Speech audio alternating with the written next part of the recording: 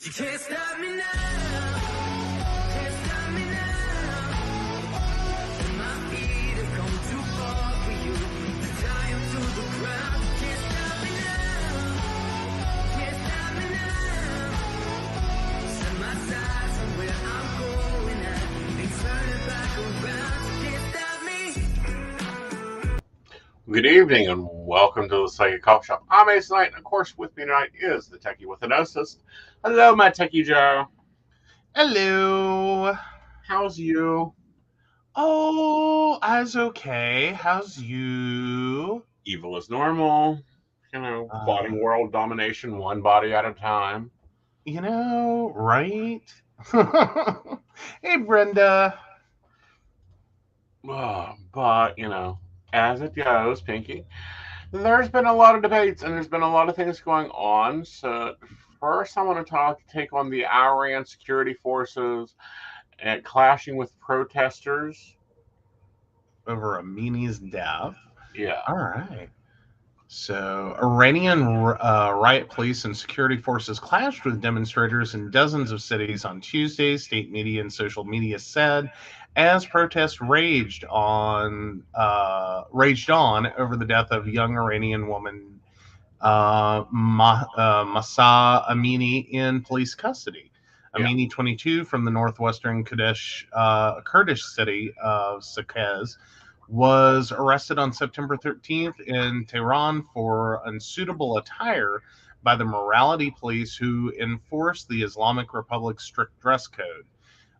She died 3 days later in hospital after falling into a coma, sparking the first big show of opposition on Iran's streets since authorities crushed protest against a rise in gasoline prices in 2019. Despite a growing death toll and a fierce crackdown by security forces using tear gas, clubs, and in some cases live ammunition, videos posted on social media showed protesters calling for the fall of the clerical establishment. While clashing with security forces in Tehran, Tabriz, Karaj, Qom, Yazd, and many other Iranian cities. And my apologies if I said any of those wrong. Right. Rights group Amnesty International said on Twitter that Iran's security forces have responded to the protest with unlawful force, including by using live ammunition, birdshot, and other metal pellets, killing dozens of people and injuring hundreds of others. Right. And what's even scarier is they shut down the internet. Okay. Shut down the internet. So the U.S. decided to use Starlink and go, oh, that's cute. Starlink, enable geolocational internet. Yeah. Well, and there's some debate there. Mm-hmm. That's kind of a hot topic in and of itself. There's a lot of people getting ticked that Elon Musk is getting as much credit as he has been, given him. He's at least doing something. I mean, this is terrible. This is what happens during right-wing takeover of a country and stripping women of their rights, because in the 70s it was a choice to wear a hijab or not. It was a choice. Yeah, it's kind of a weird thing to go look back at, like, 70s photos of Iran. Is it looks like, skin tone a little different, but looks like, anywhere else in the 70s. Right. There's not a, it was the 70s. These are women of the 70s doing the 70s. It's just right. But and also, in my opinion, one, we need to support them all we can.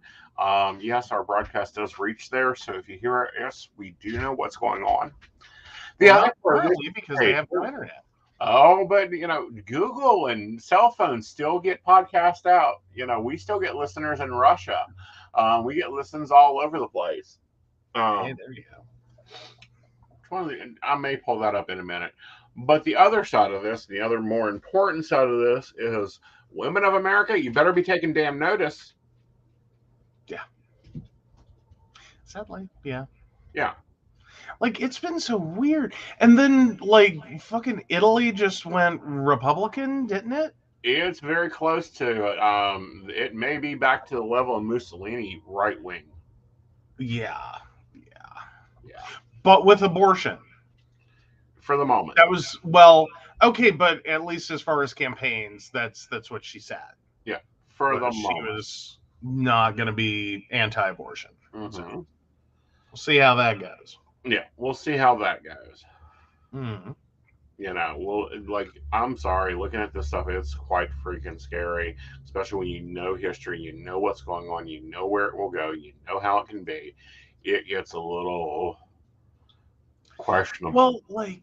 Well, here's the thing though, is kind of like because I remember like the 80s and 90s and history, and then even into college and like different history classes where you're sitting there going, how the hell did that happen? Mm-hmm. Like, how the hell did prohibition happen? Mm-hmm. How the hell did the repeal of prohibition happen? How did the MPAA start rating movies? Like, but you can almost watch like the cultural bubble we're in and be like, oh, that's how that happened. Right. Like, oh, that's how that happened.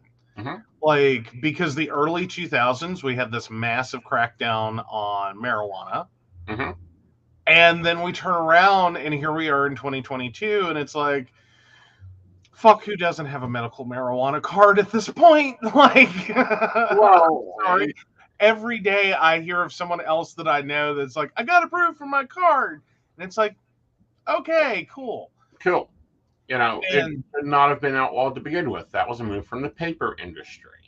yeah, but it's taken 100 years Mm-hmm. to like resolve that one. But when Mhm. you're looking at it like short time frame, the last 20 Right. years, there was this massive crackdown, and then all of a sudden it's like, okay, we got it now. Right. Like, yeah, maybe we fucked up there. Well, thank you, Donna. We do try to be fearless. We also go, we don't care. Yeah, you know. You know, we've been through enough protests. We've lived through 2 pandemics. You know, there was someone talking about Folsom and just how upset they were about Folsom, and I'm like, then why you going there? What? Oh, the standard complaint about Folsom. Who did? A commentary that I watched that is supposed to be LGBTQ, but apparently wants LGBT in suits and in black suits with thin ties and white button-down shirts, and we need to go and find 2 children and cut the dog in half. Oh well, there you go. Mattachine gays. Yeah, and it's like no, like sorry, you guys wouldn't be getting this show tonight if Aeson had money because he would have been at Folsom. Well, there's that. Yeah. But no, well, they could have been getting a show. They just That's on the other channel. I just want to make that clear. Hey, Shannon. Hi, Shannon, darling. Okay, so Mhm. guys, be watching this. Be watching the world, how they're dealing with this.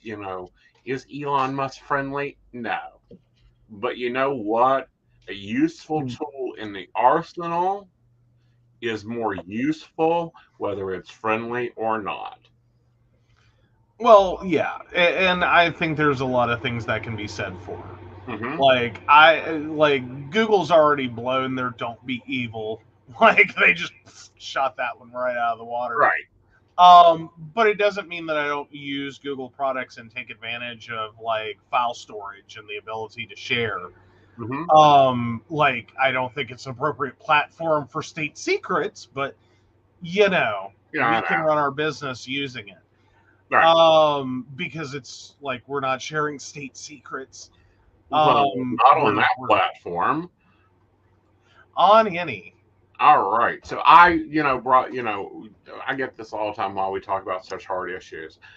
And it's because of the platform we do have. We are in the United States. We have Australia, Portland, Poland, Canada, United Kingdom, Saudi Arabia, Switzerland, Spain, Russia, India, Ireland, hello Ireland, please send me Guinness. Denmark, Mexico, France at the table, Norway, Vietnamese. Ooh, I'd love some kimchi. Singapore, Philippines, Iran, New Zealand, Taiwan, and Germany. Puerto Rico, we hope you recover from your storms. Malina, What? uh, I'll send you the word. I'm sorry, Okay. I can't pronounce this one. Um, We broke his reading. yeah, it's Because there's some words that, and because we've talked about your dyslexia on the right. show, there's a lot of words that you know better as like a shape Mm-hmm. than you do like letter combination makes this word. Right. Like you see the shape and that's the word, or that's as close as I'm getting to it because that's what it looks like. Yeah. Malayysa. Malaysia. Malaysia, Brazil, Sweden, South America, Morocco. Morocco, United Emirates, Nepal, France, Norwegian, uh, Panama, Panama. Panma, Panama. yeah, Indonesia, Karaka, South Korea, Iceland, Hungary, Japan, no, Nigeria, Pakistan. Yeah, don't get that one wrong. No. A large audience in Romania. Hello, people of the homeland, and Egypt, another homeland. Well, there you go. So yes, we are worldwide, and that is just from our streaming. That doesn't count where our YouTube and Facebooks are interlinking, but we'll put those together. Do you wonder though if like a couple of countries on that list, because I'm sitting here listening to some of the countries, are you just wondering sometimes though if it's like one listener and it's like state sponsored, like that's their job, they have to listen to this content and deem it appropriate or inappropriate for their country? I don't know. It shows the list. It only gives me percentages of the episodes they like. Apparently, the Psychic Coffee Shop is really big in Russia. Coffee and Tea is more Nigeria. So it's kind of interesting to see which ones pick up and which shows actually play out for everybody. But Iran, ladies, you know those men. You take those men to task, make them represent you. If you look at the hijab, it is actually nowhere in the Quran. Nowhere. Yeah, no. Like, well, and this is where I always have to go back to her name escapes me at the moment. Why? The Handmaid's Tale, Margaret Atwood. Yeah. That's the only way sometimes I can get names out is I have to do the thing they're associated with. Mm-hmm. And I go back to Margaret Atwood and her quote that everyone thinks that she has a really creative imagination. And she's like, not really. Like, these things are all, basically to happen. Not quite the same way, not all at the same time, not all in the same place, but everything in there could occur, like in The Handmaid's Tale. Well, very much and it's so. And we're seeing more of it. I mean, as we see states trying to take women's rights away, as we see, countries, a little. She had too much bangs, so she's dead. Yeah. No. Yeah. I'm sorry. That's no. Yeah. But then you get into it though, like how different is the hijab from what they're showing in The Handmaid's Tale as like the uniforms that all the women are wearing? Not that much. Not that much. Like there's a lot. Book. Modest dress, yes, dressing modestly. But no, not covering your head. That is actually from a sheik that is a fringe group, and I do believe he even tried to outlaw like women being more the Saudi Arabia type of Muslim, where women do not leave the house unless accompanied by men. Which the only reason that was ever put into place was to protect women from getting killed.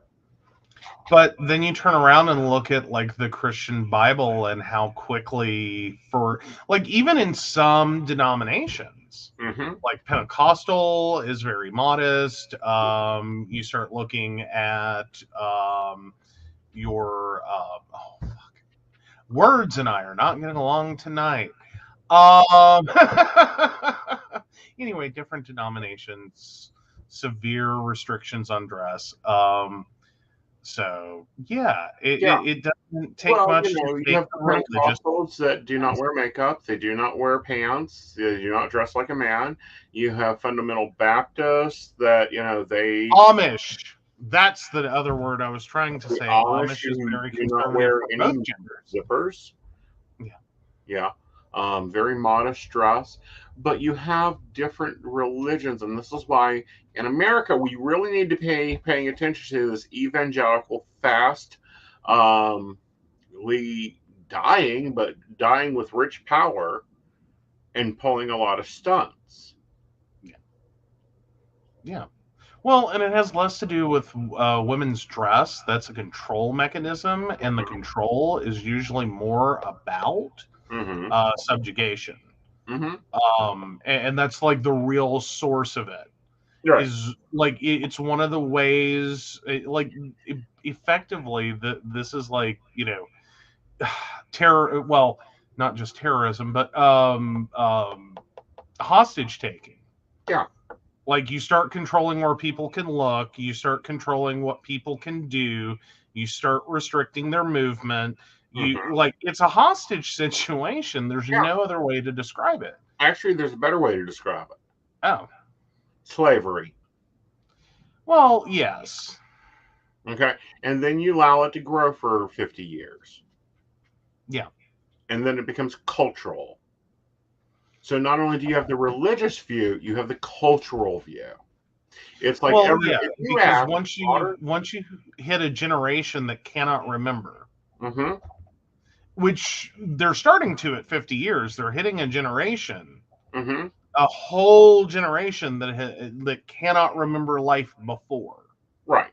Because they weren't around. Like there's an entire generation that I don't remember life before. I don't remember women having jobs. I don't remember women driving cars. I don't remember women wearing miniskirts. Like there's no memory there. Right. Well, I'm going to poll our viewers. How many viewers remember before or know that the money should not have "In God We Trust" on it, that the government buildings did not have "In God We Trust" on them in this country before the Cold War? Yeah. Because that was what, 1954 or 1957? Pardon? 52. 52? Yep. 1952. Okay. That was 54. Nope, it was 52 when they added the "One Nation Under God" to the pledge. Oh, that's a little different. Well, and then there's the pledge itself. Yeah. Like that's a whole other thing. Yeah. That's a whole, like we've had what, like 5 or 6 of them at least? Well, 7. Okay. There's multiple versions of the pledge. Yes. There's Right. Yeah. Oh, yeah. Well, and Lady Gwen, hi. Hi, Lady Gwen. Points out way before her. Yeah, it's way before a lot of us. But then I turn around, my parents. So 1952. My parents went through school saying the pledge, but that changed one last time, and then like they remembered money before In God We Trust. Right. Then my grandmother actually went through school and would have first learned a Bellamy salute, Mm-hmm. not hand over her heart. Right. So, like, and actually that continues over to my parents. Right. They, like, well, not that she would have, my grandmother wouldn't have recited the pledge that often in school. Right. It was very uncommon. Mm-hmm. My parents were probably in the like first-ish generation that said the pledge every day. Right. But for a good chunk of doing that, they said that with a Bellamy salute. Mm-hmm. So, like, it gets interesting when you start realizing that in the time span of their life, my grandmother went through like 4 different pledges of allegiance. Right. And she would have hardly known any of them. Like, not with the same rote memorization and ability to just snap it out like we would. And she would have had momentary confusion sometimes, Right. invariably, as to how you properly pledge allegiance to the flag. Yeah, this was what used to be on the back of the dollar bill. Oh, here we go. Oh, excuse me, guys. That was a horribly timed tip pop. Okay, so over there to, yeah, e pluribus unum. Yep.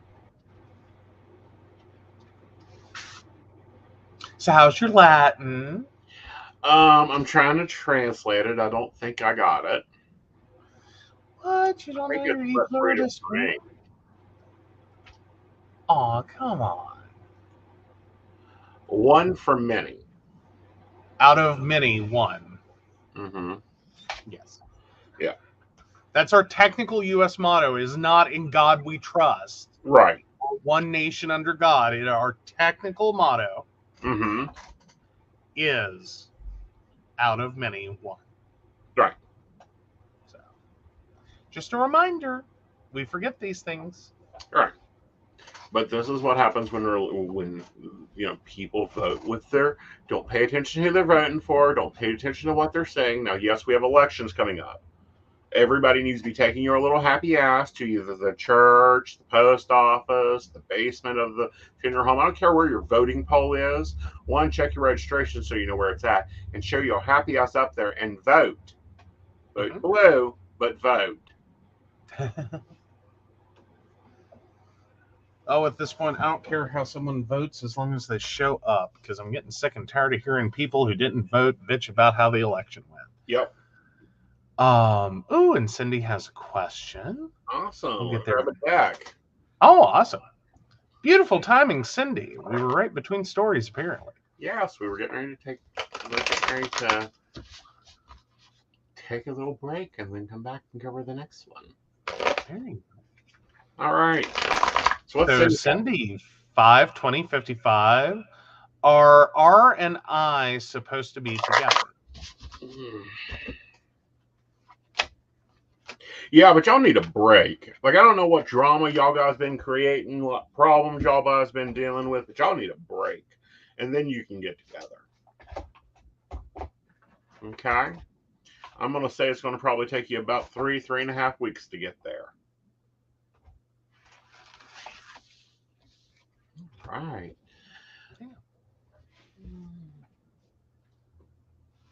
Trying to decide, do we want to go for a break or do we want to... Let's go for a break and then we'll come back because I don't want to break in the middle of this one. Okay, good plan. Yeah. Hi, I'm Dottie the Psychic, and I'm sure you're wondering why I'm not wearing any makeup. Well, one reason is to irritate my social media manager, Aeson Knight. Hi, Aeson.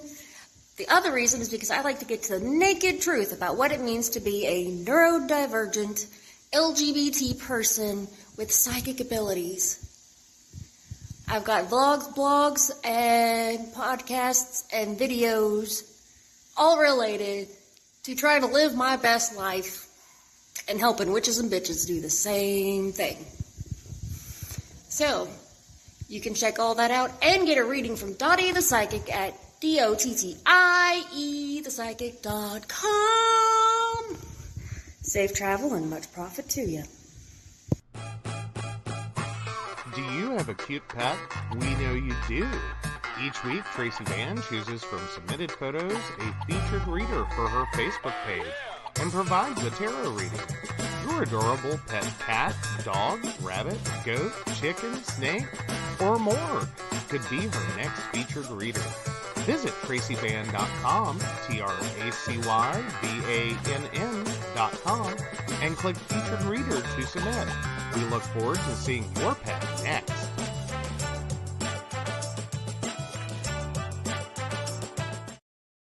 Hey everybody, Lady Gwendolyn here, and I am here to tell you how to get in contact with me and a little bit about what I do.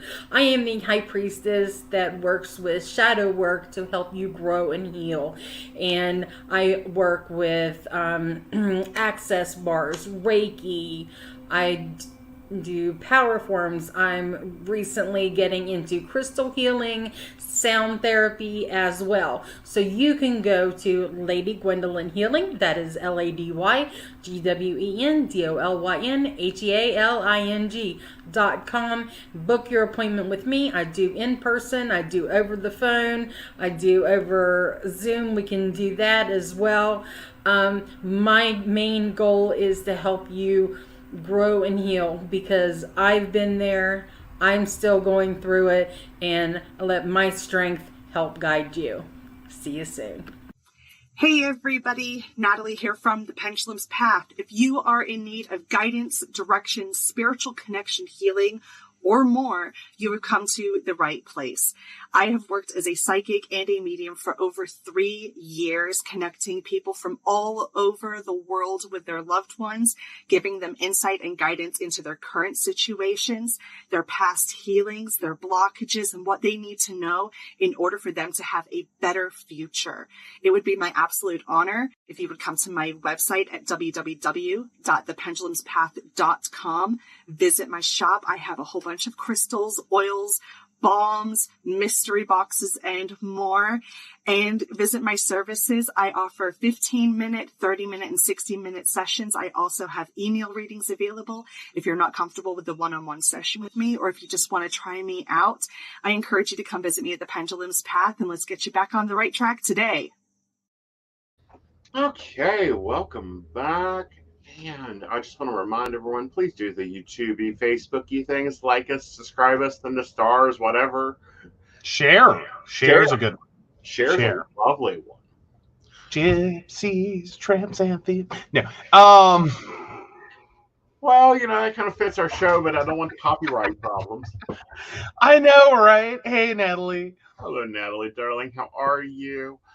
Okay, so some things that changed here at the network. You may have gotten notice of it if you follow any of the pages.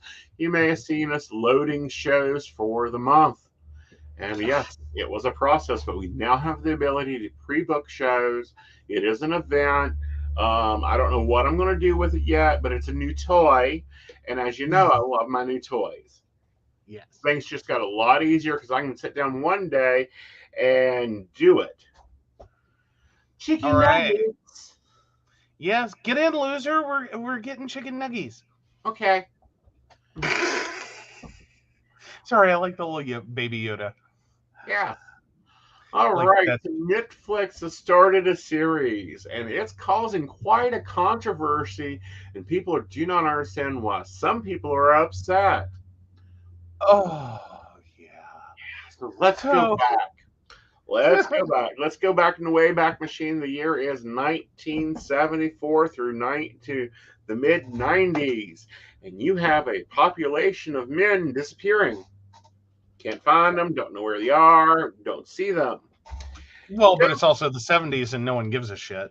Well, don't you think that, police officers would be checking this out? No. Of course not, because of the subgroup it was. Yeah, gay men disappearing. Well, potentially gay men and prostitutes disappearing. Yeah. You're not gonna. You're not gonna get any attention there. No. So Netflix is no longer tagging Dahmer series in LGBTQ after criticism. Well, guys, I hate to say this. This is history. Well, it is, but then it brings up a question Mm-hmm. as to where does it belong? Yeah. Like, and why are we labeling it LGBTQ? How do, like, because I understand the squeamishness in both directions. Mm-hmm. Like, on one hand, this is part of LGBTQ history. Like, this Yeah. is very important to understanding why we get so sensitive Right. to, like, one, in general, Mm-hmm. police presence at, like, pride marches. Like, hi, you didn't care about a serial killer back in the 70s, and all of a sudden you want to be part of our pride parade in the late 90s, early 2000s? Yeah. What the fuck, man? Right. Like, there's, Yeah. but, like, so it is part of LGBTQ history in a greater sense. So it is part of the community. He's, like, there's a lot of people going, he wasn't part of the community. Yeah. I know it's not the representation we wanted or needed. Mm-hmm. But Yeah. I think we can handle, like, Jeffrey Dahmer, and like, we continue to remember how many straight white dudes are also bullshit. Right. And yeah, there is a controversy. Natalie brings it up. Is the controversy because Dahmer was gay himself? If he was a straight guy, it would have been a bit different. Yeah, you want to know why? Because if he was straight and going after women, he'd have a body count of like 5 or less. or less. Let's look at my favorite, BK. Yeah. Well, and yeah, that's a big part of it. Because when you look at Dahmer's victims, you also have to contend with the fact there were people of color in that mix, Mm-hmm. if I remember correctly. So yeah, his body count grew strongly. Right. But then again, even with straight white serial killers going after straight white victims, Mm-hmm. like, that's usually your quickest capture rate. You start mixing, but even that depends upon who they are. Well, let's look at Btk Killer. He got 10 victims. He began in the 70s when he returned from the Air Force. And in 1979, he graduated university. So he's killing at the same time. Same time. He got 10 bodies. 10 bodies. 10 victims. Mm-hmm. Okay? And he even took a break. He went and, done the normal thing. Well, but that sometimes helps. Yeah. Like it's one thing when you have a serial killer who is, like, graduating from, like, 1 kill to 2 kills in a year Mm-hmm. to, like, a kill in 6 months to a kill in 3 months to a kill in 1 month. Like, that tends to get a lot of police focus. When they take extended breaks, Mm-hmm. that does tend to slow down police response, because you get the ramp up after the initial couple of murders, Right. and then when there's no more murders, there's kind of a Right. But but what I'm saying is Dahmer is Dahmer. He is a criminal. He is terrible. He is a necromancy. He is a cannibal. But he only got to kill as many people as he did because of his victim profile. Mm-hmm. Yep. Yeah. But then we still see this crap today. Yeah, we see it today. Like, and I find it, and Natalie can attest too, because she had posted something about this.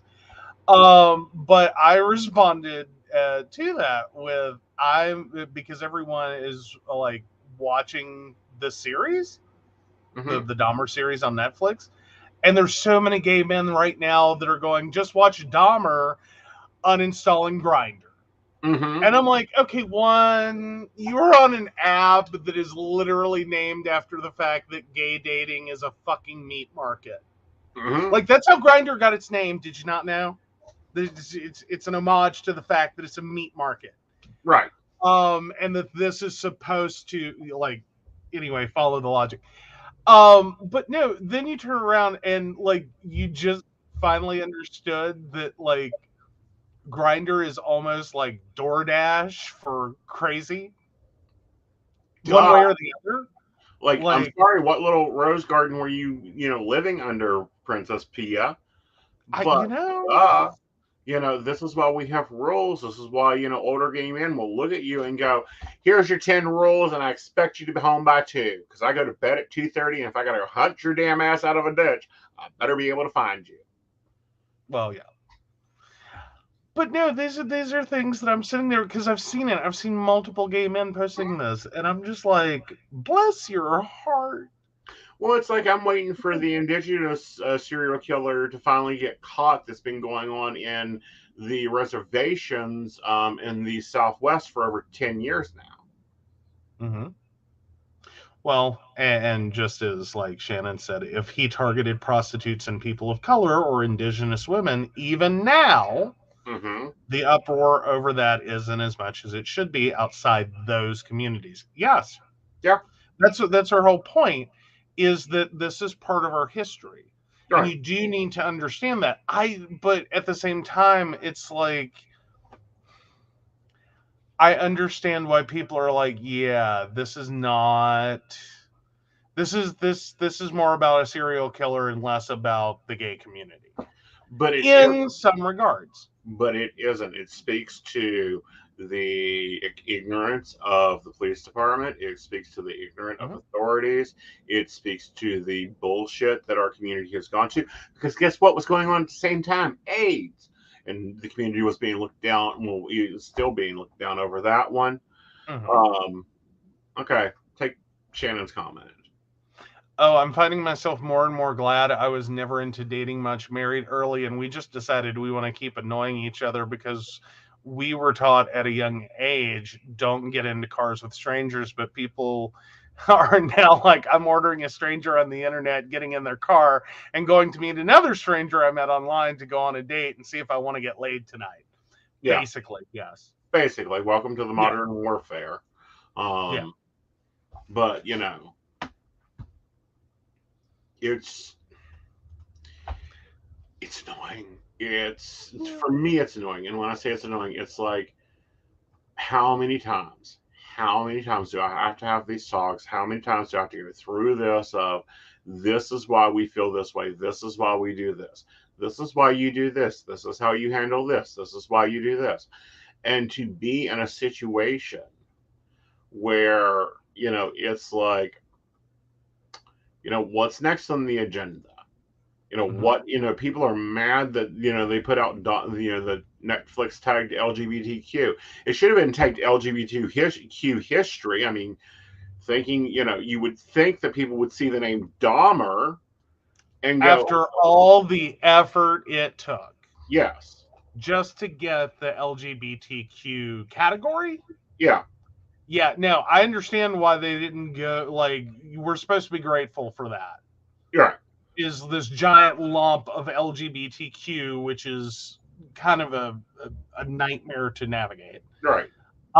Because even when we get representation with like Netflix and like fundamentally, we have the problem of it's a dumping ground. It's like someone backed up the gay dump truck and just dumped all the content into the LGBTQ category. Right. And it's like, it's so disparate. It's like all over the place. And then some of it gets stuck there and doesn't make it out.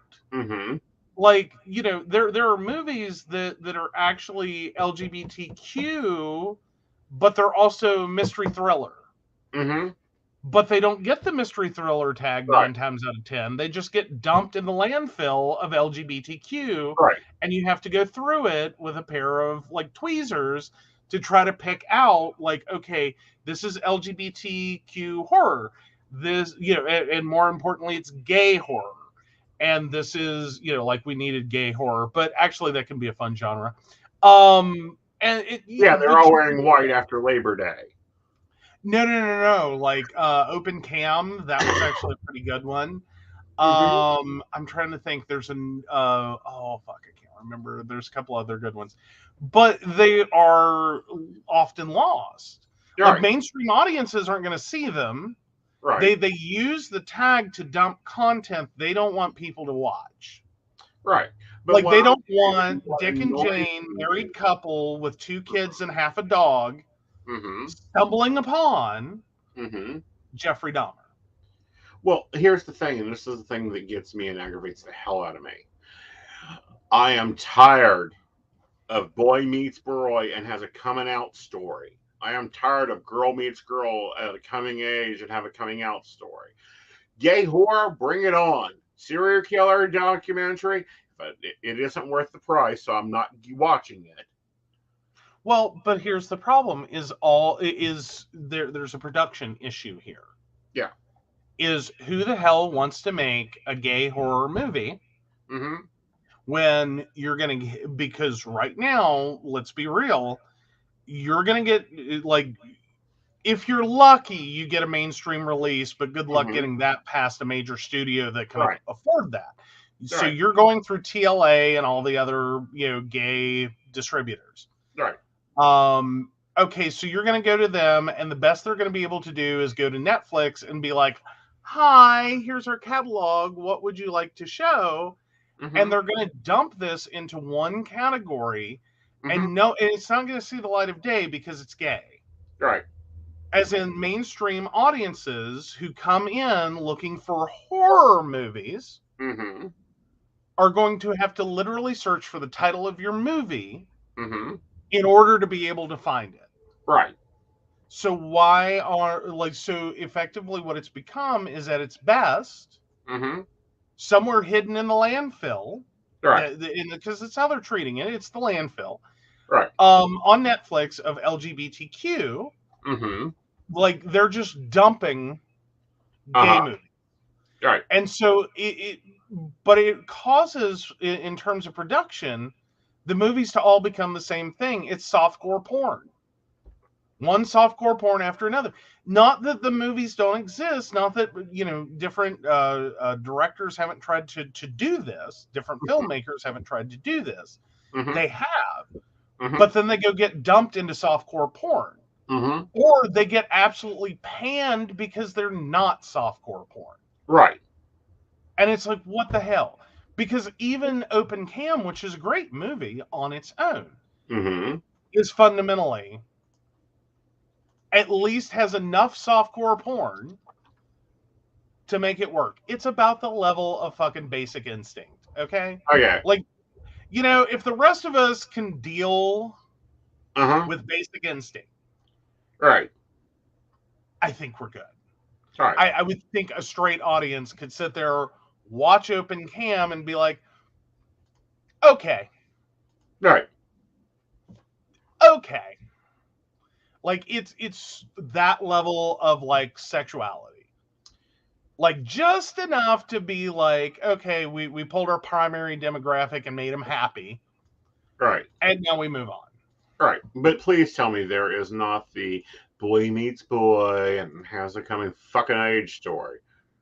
No, it's actually a little different. There is, like, a little, like, side note love interest thing, but it's kind of, again, it's all part of that, like, general, like, okay, yeah, you pulled your primary demographic, everyone's happy now, move on. Right. The rest of the movie is actually really good. It's just, like, there's that few moments and you're just sitting there like, yeah, let's hurry this up. Right. Like, yeah, you had to give someone jerk off material. Awesome. Let's keep moving. Right. Like, hooray, we're done.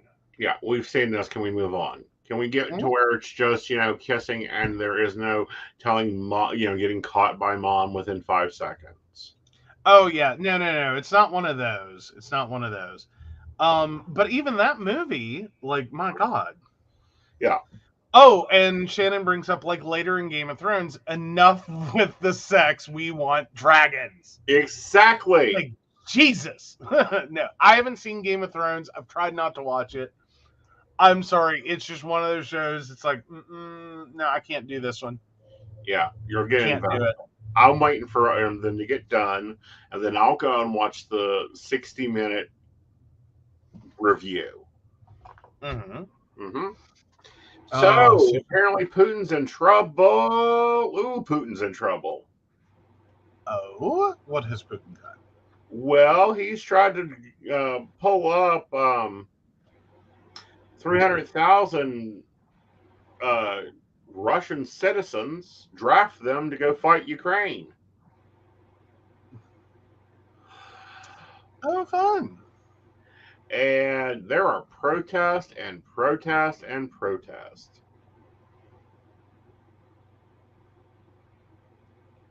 The European Union Border Country Control Agency says 66,000 Russians entered the bloc in the past week, a 30% increase. Meanwhile, the U.S. will not adjust its nuclear position aimed to threats of Moscow. Oh, meanwhile, thousands of military-aged men have been leaving Russia since President Vladimir Putin announced a partial mobilization last week. Mm-hmm. Oh, he's just having a really bad week. He is. And then we've got protests going on, and I'm talking big protests. And they had a school shooting, and a dude ran a car through a recruiting center. I'm talking they are losing their shit over there, and it's a question whether he's going to be able to hold on to power while fighting a war while nobody likes him. Yeah, and then the U.S. and NATO condemn referendums in eastern Ukraine. Uh-huh. Oh, U.S. Secretary of State Antony Blinken said the West would never recognize the results of the vote, while NATO chief Jens Stoltenberg called the referendums illegitimate. Russian-installed officials reported large majorities of the occupied regions in favor of annexation. Mm-hmm. Uh-huh. Mm-hmm. So Putin said on Tuesday that Russia wanted to save people in the four Ukrainian regions that are currently occupied by Russian troops. Quote, saving people in the territories where this referendum is taking place is the focus of the attention of our entire society and of the entire country, end quote, the president said during a televised meeting with officials. Right. Uh-huh. Oh, and then German police search Russian oligarch's yacht. A Russian businessman's yacht has been searched by German police as part of a probe into money laundering. Good God, he's having a horrific week. Right. Like, your money is getting searched, dude. Right. Meta shut down controversial influential campaigns, as it said, were being run from China and Russia. And I'll have to send it to you because I don't know these words. So here, you take this one. This one's scary, and I do mean scary. Okay. Seismologists suspect explosions damaged undersea pipelines that carry Russian gas. Oh, dude, he is having the worst week ever. So 2 undersea leaks that began in the Russian-owned Nord Stream gas pipelines on Monday were likely caused by powerful underwater explosions, according to Swedish and Danish seismographic data. It is, quote, very clear from the seismic record that these are blasts. Bjorn Lund, director of the Swedish National Seismic Network at Uppsala University, told NPR in a phone interview, these are not earthquakes. They are not landslides underwater. So German and Danish officials said both the Nord Stream 1 and Nord Stream 2 pipelines showed sudden losses of pressure late Monday, which they said could only be caused by a leak from large holes in pipelines. Neither of the pipelines are active, as Russia has cut gas deliveries in them, but both were filled with natural gas when the drop in pressure occurred. Russian energy giant Gazprom, a state entity, owns a controlling interest in both pipelines. Right. Ooh. And Japan's a little pissed. Well, I mean, it's Japan. Oh, I but was a little pissed. yeah, they're a little pissed. Okay, so what's Japan do? Oh, Japan protests diplomats' detention. Japan on Tuesday demanded an apology from Russia for the detention of one of its diplomats for alleged espionage. The Japanese official was based in the eastern city of Vladivostok and was detained and interrogated on September 22nd. The official was blindfolded with pressure applied to both his hands and head, so he's unable to move while being detained. And then he was questioned in an overbearing way. Government spokesman Hirokazu Matsuno told reporters. Matsuno said that Japan strongly protests these unbelievable acts and denied the espionage allegations. Mm-hmm. Oh, well, that's not surprising.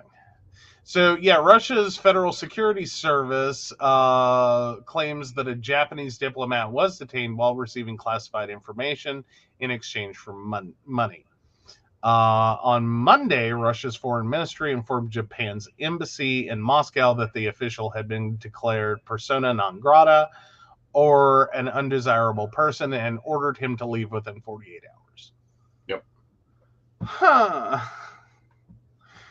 Oh, yeah. Yeah, and he's having to play, the baby Kim Jong-un, money for bullets and missiles and, tanks, because all the farmers have his tanks sitting on their farms. He's having to buy substandard ones. Yeah. Well, he's having to buy anything he can get his hands on. Yes. That's where he's at. So, like, how's the war going? Not well. Not well. Not well for Russia. Protest from our, Russians are having it. And I need to see something. I need to go and look up something. Okay.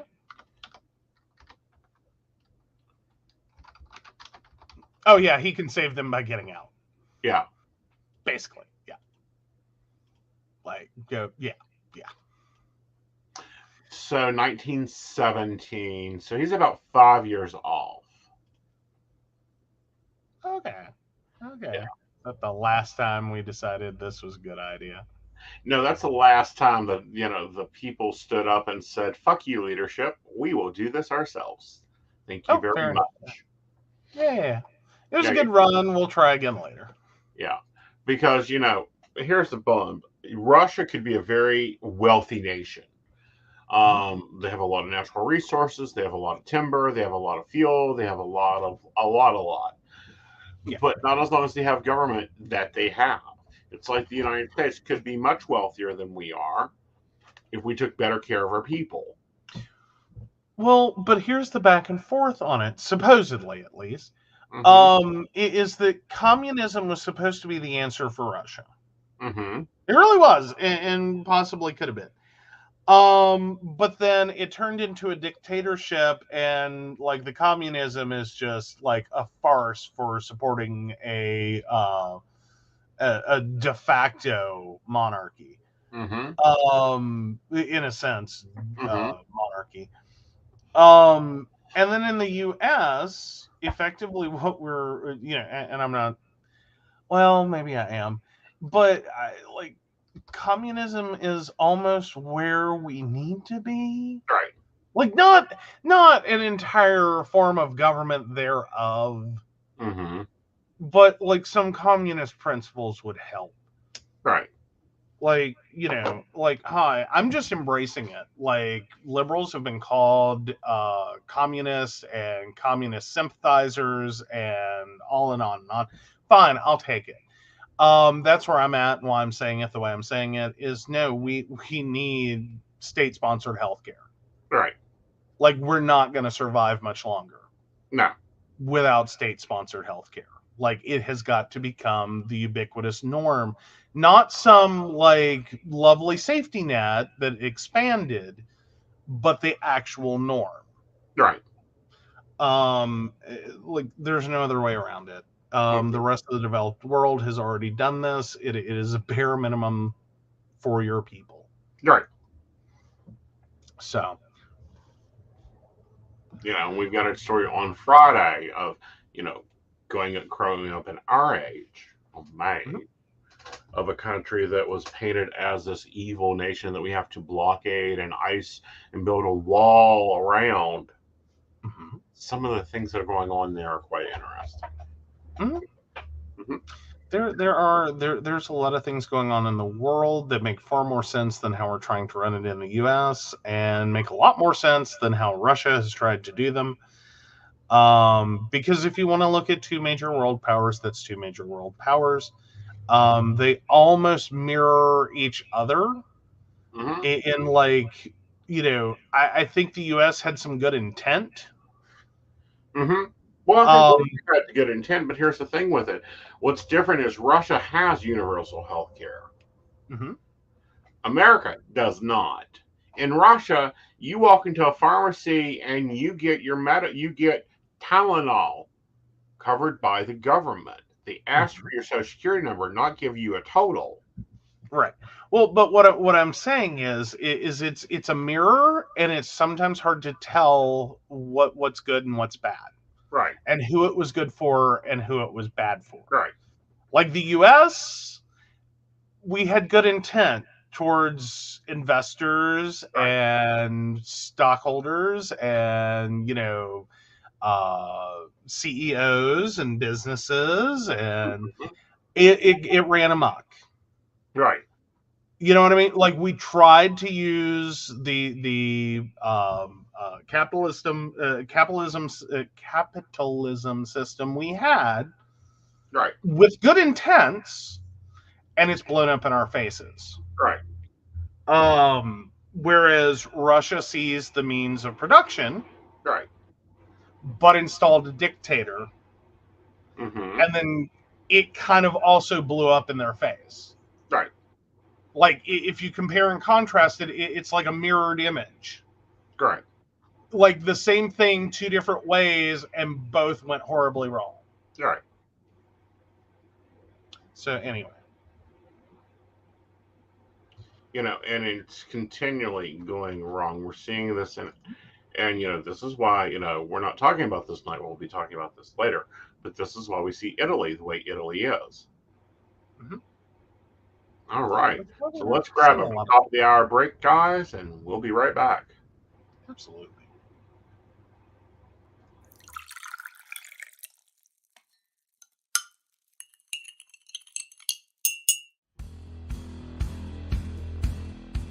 Welcome back, Goblins! My name is Jason, and I am the host of the Esoteric Book Club, a podcast that examines titles on the magical, paranormal, the mysterious, and the strange. I release 2 episodes a month in which I review books on esoteric topics, recap news of the weird, and conduct interviews with authors, practitioners, and experiencers. The Esoteric Book Club can be found on every major podcast service or can be streamed directly from esotericbookclub.org.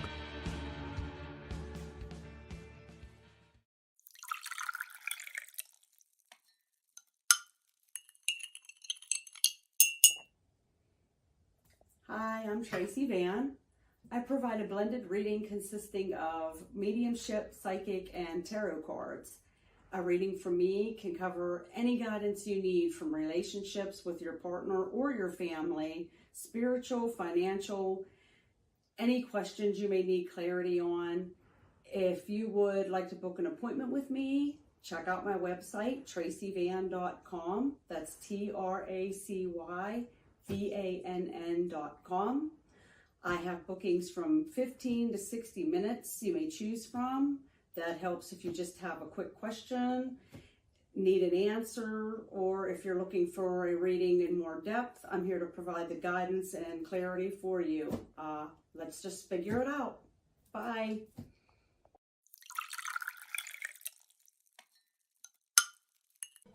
Hi, Techie Joe here. I work with Aeson Knight, some of the best psychics in West Virginia, to create amazing live streams and podcasts for the Psychic Coffee Shop Network. Together, we brew up great content discussing news, events, hot topics, and more, all from a psychic perspective. On the Psychic Coffee Shop, we interview amazing authors in the metaphysical realm. Coffee and Tea combines Aeson with Tracy, Dottie, Natalie, or Lady Gwendolyn for the good and the bad of being a psychic. Shameless Self-Promotion with Dottie the Psychic talks to leading and emerging YouTubers and business owners in our community. Mountain Bears brings you the latest in LGBT news and politics. The Psychic That Plans answers the question of, well, how a psychic plans. Plus, we're live on air. We take your comments and your questions, including psychic advice questions. Check out our amazing programming, book an appointment with top psychics, and find out all the wonderful things we have to offer at pcsbnetwork.com today.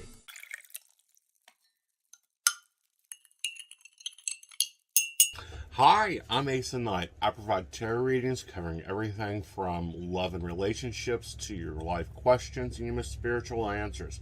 And also, I provide a lot of guidance in finances and divorces and all those relationship problems. So, if you'd like to get a reading from me privately, not on air, you can feel free to do so by visiting aesonknight.com and booking your appointment.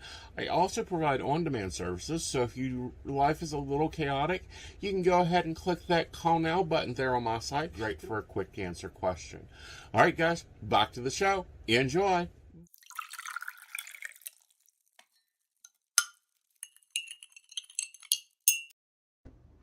So, are you an asshole? Oh, we're going straight into that? Because I did find something during the break real quick. Yeah, we'll cover that after we do these two segments, if we have to. All right. Am I the asshole for telling my ex-best friend that he caused his divorce? I, 25 female, recently got into an argument with my now ex-best friend, let's call him Ben, 30 male, who ended up divorced after he fucked up his marriage and I didn't support him as a friend should. Basically, he forced his wife, let's call her Gwen, 27 female, who I am also friends with, into an open relationship. I warned Ben this wasn't going to end the way he wanted. I had to confront her about this because I'll be honest, I love her, but she tends to let people walk all over her. I helped her through it and convinced her to just take advantage of the situation because she was going to find someone better, and my idiot best friend would try and close it the moment she realized her worth. To trust me, he just wanted to cheat. Well, 6 months later, Ben comes complaining that his wife won't close the relationship and has been seeing this guy, Martin, for 4 months, and how he stopped seeing other women and has tried to give her more attention, so she'll dump Martin. But she won't, and asked me if I could talk some sense into her so he could close the relationship. I just deadpan looked at him and said he was an idiot who wanted his cake and to eat it too, and now he had to face the consequences of his actions. I warned him this would happen. He called me a witch and left. Well, it's been 3 months and Gwen filed for divorce. They don't have kids and had a prenuptial, so it went easy. Ben was complaining to me again, and I told him he now has what he wanted, the freedom to sleep around. He got mad at me for rubbing his face in his divorce and told me not to contact him, that all women are alike. I myself don't see myself as an asshole, but some of our friends are saying I shouldn't be rubbing it in his face and being smug about it. So am I the asshole for telling him the truth about how this was going to end? No. I know the names are killing me, Gwen. The names are killing me. I was just like, oh. Yeah. Yes, you are for two things. One, you're an asshole for not supporting the decision of the marriage, and also you're an asshole for rubbing it in his face. You should have gotten him chocolate and said if he needed to check with others. But sorry, you're an asshole in my opinion.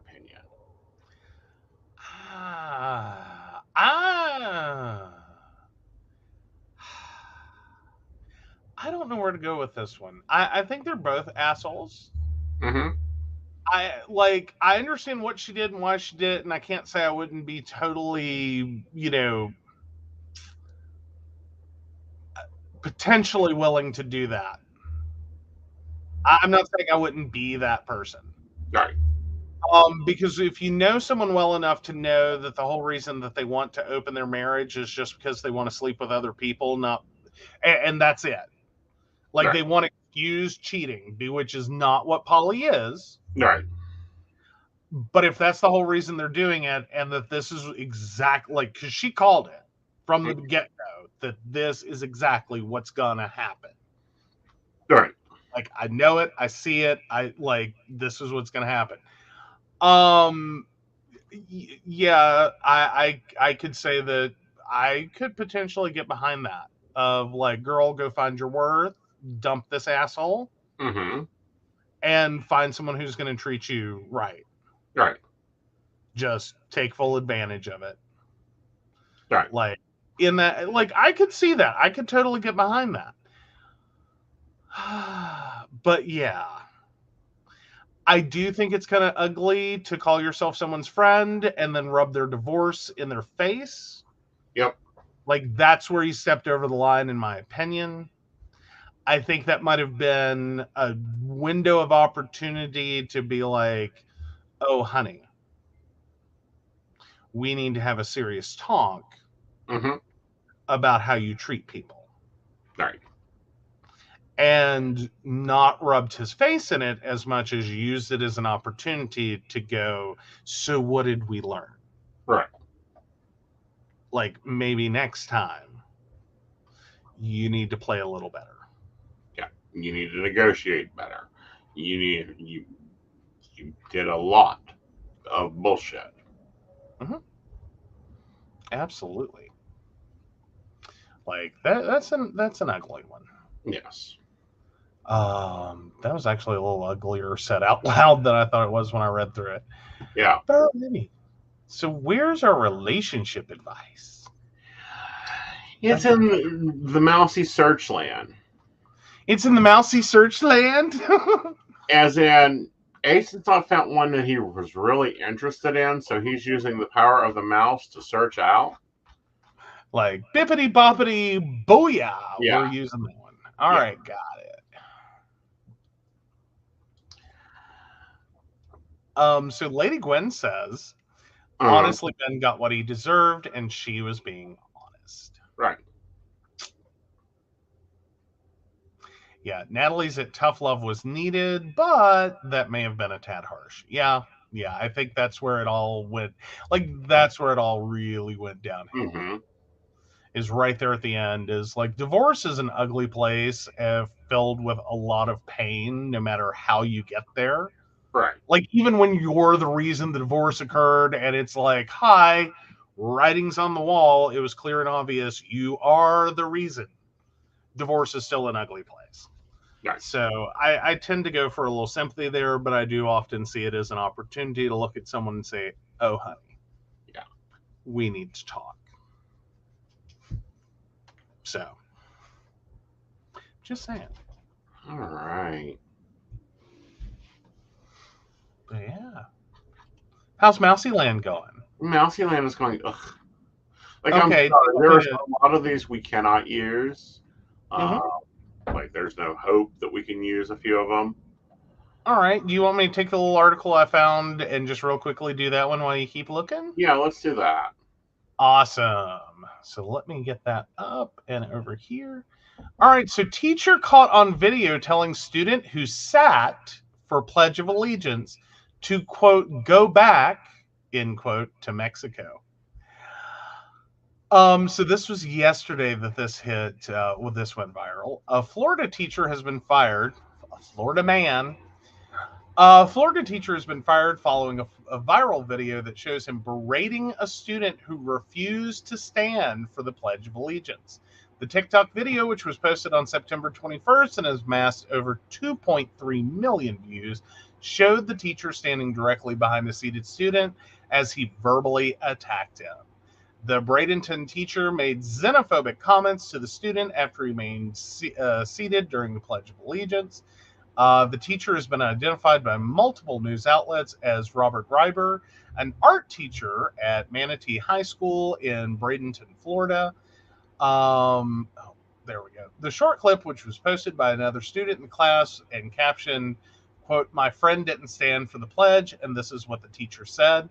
Shows Reiber talking harshly to the student who appears to be Latino. Quote, you are going to sit there on your butt, end quote. The teacher angrily asks the student. Reiber stands there and waits for a reaction while the student refused to respond, staring straight ahead and not making eye contact. That only seemed to anger Reiber, who spoke up again, saying, quote, don't shake your leg. If you want to do something, get up and do it. I will defend my country till the very end, end quote.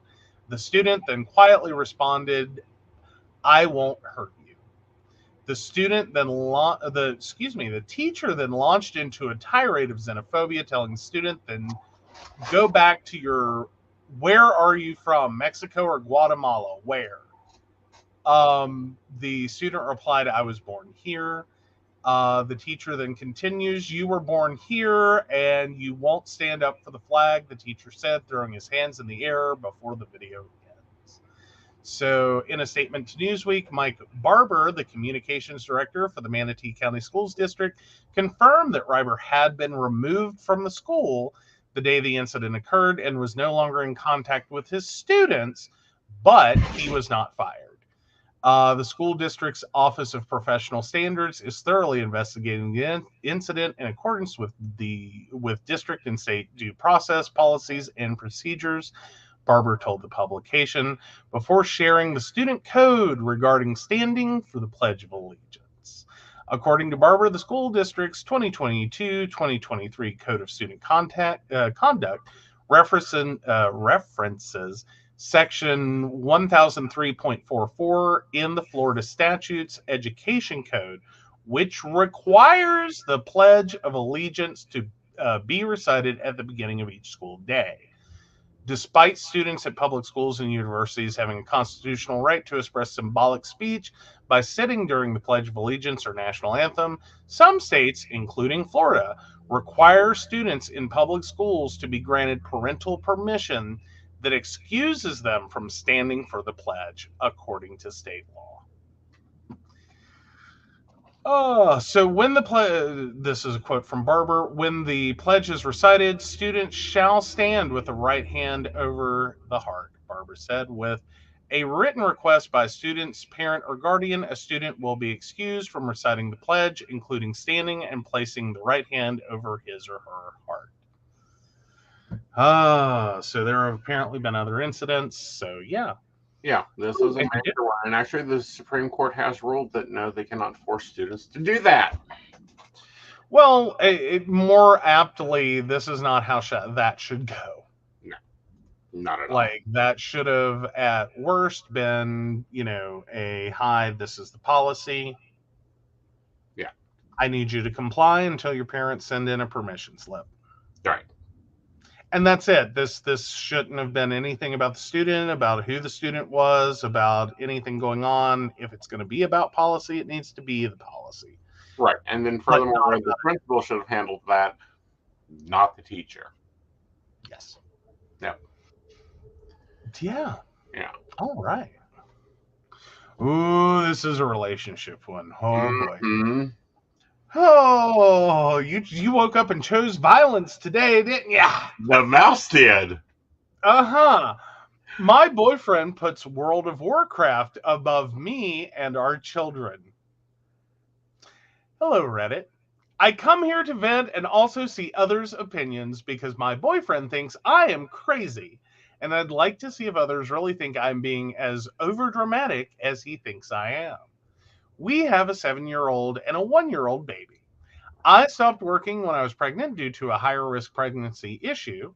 Since then, I've been a stay-at-home mother to the children and caretaker of all the household chores. My boyfriend's dad owns an automotive repair shop that he works at 5 to 6 days a week. Although it's his family shop and he gets to chill and not answer to anyone, I understand that work is work, which can have its own stresses. So when he comes home from work, he wants to relax. The problem I have is that him relaxing means locking himself in the bedroom playing World of Warcraft until he goes to bed. He comes home from work, gives me a superficial greeting, maybe give the baby a hug, and then goes to the bedroom. He has never given our kids a bath. He doesn't change diapers unless I absolutely beg him for assistance while I'm too busy. And also, he won't change poop diapers at all. He has never taken any of the kids out to the park or anywhere. I am the only one who does literally everything for the kids. Our baby daughter often shakes her head no at him and screams for me if he happens to pick her up. He has never taken them to doctor's appointments.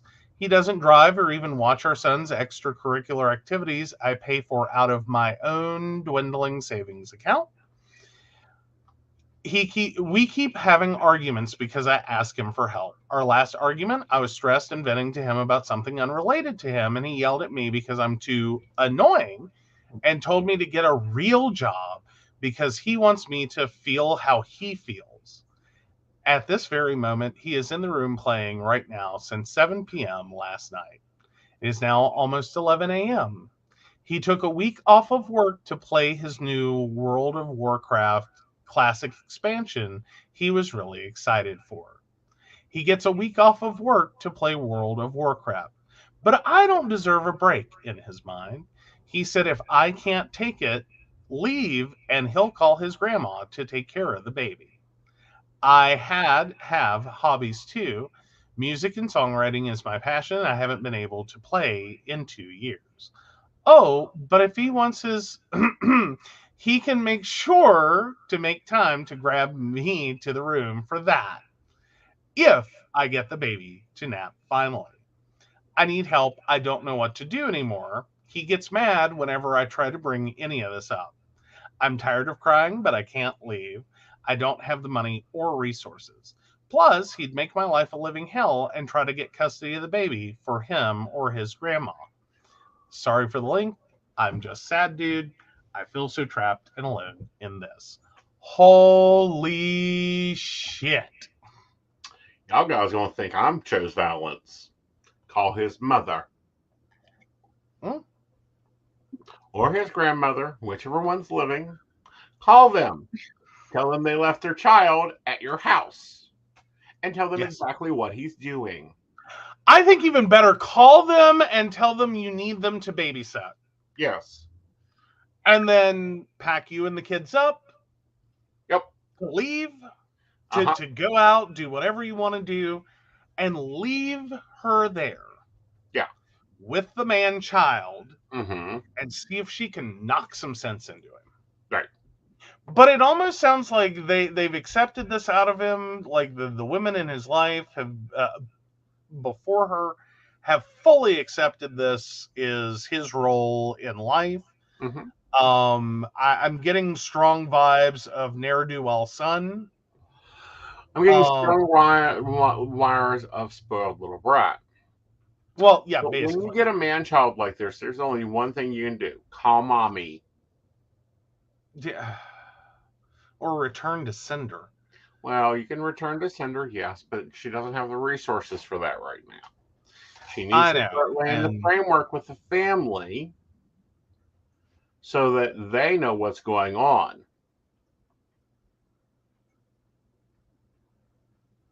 Yeah, I think I could definitely support, like, turning off the power.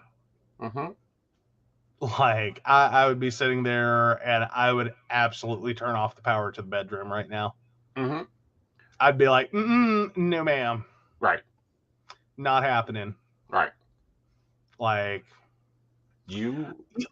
like, there's those videos where you see, like, the crazy woman, and I'm doing giant air quotes for this, who destroy men's gaming systems.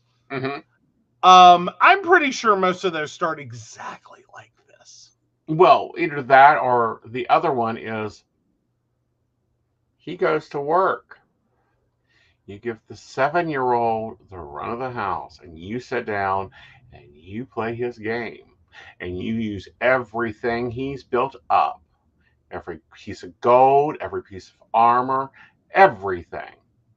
And when he comes home from work and the house is a wreck and the child is standing on the back of the couch with a lamp in its hands, and he comes to the bedroom, you go, I needed a break. So I decided I would play your game since you enjoy it. I mean, it is a little bit of a different take of oh, what was that song? It was so popular. Oh God, paid about all the bills about a month too late. Oh, what was that song?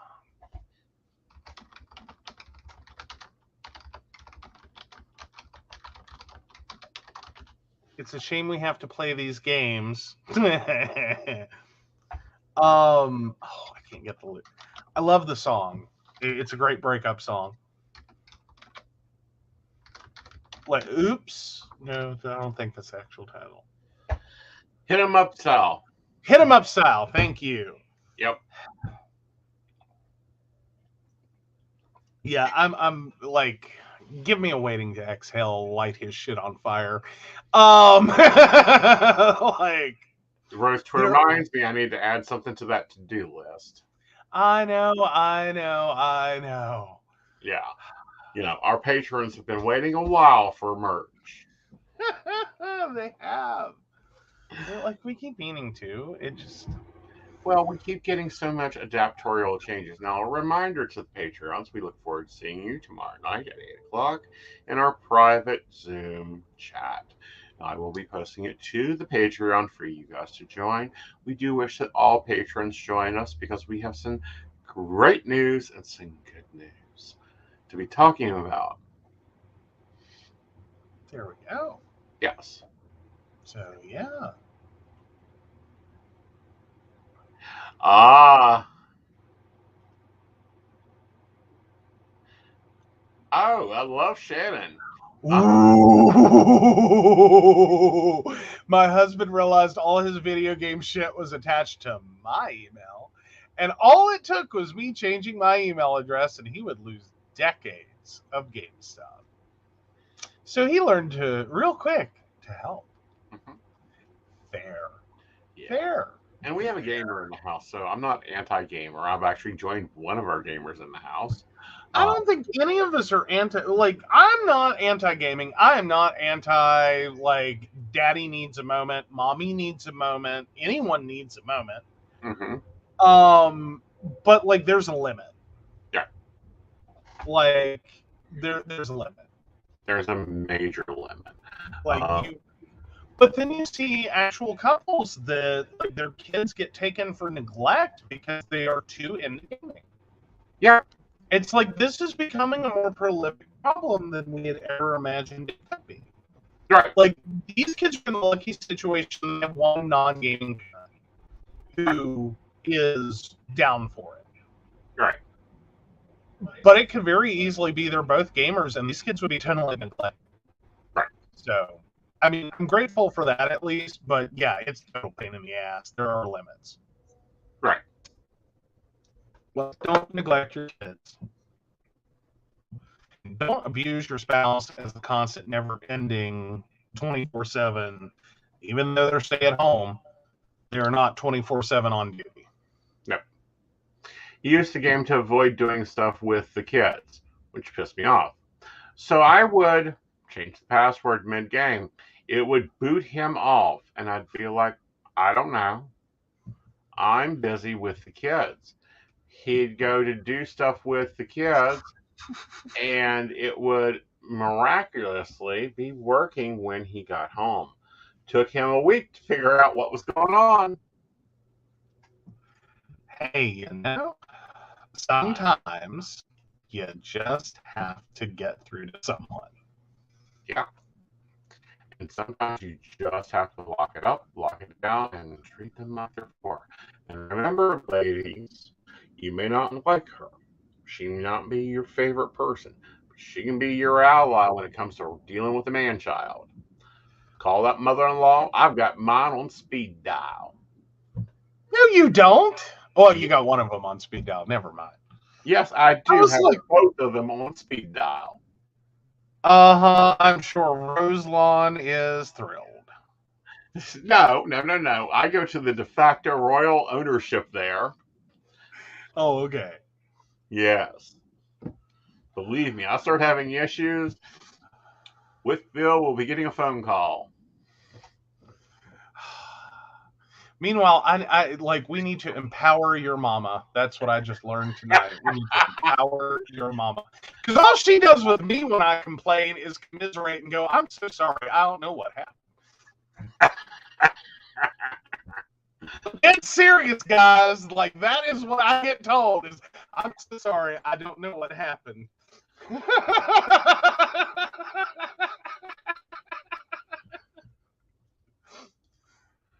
Well, I tease.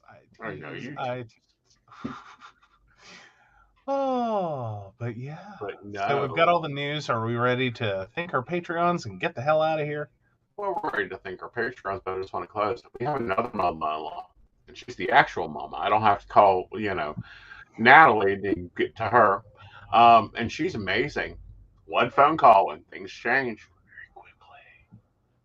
very quickly. Well, there's that. Oh, but yeah.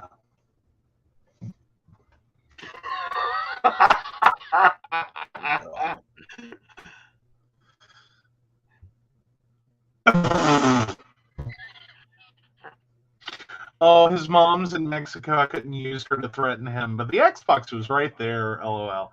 Look, someone else got a hold of him at some point and voided the warranty. Not my problem. Basically, what I get from his mother. Yep.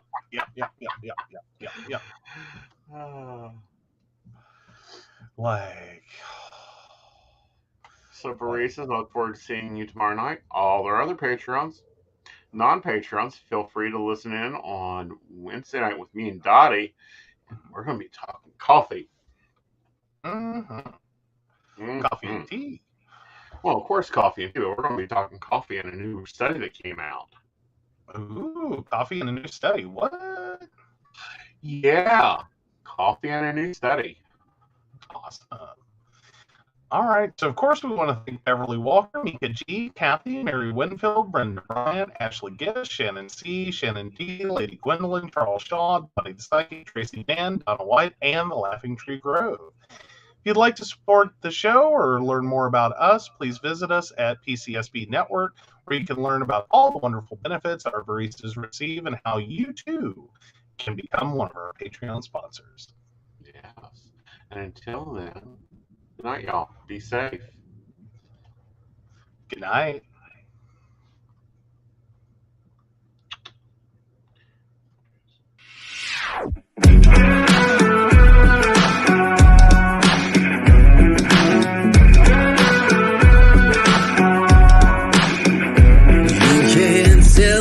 The deck is stacked. You can whisper behind my back. You can show me how the odds are up against me all day long. But I've been through the fire and come out alive, and there's no more fear in my eyes. Oh, now I'm rising, and you can't bring me down. You can't stop me now.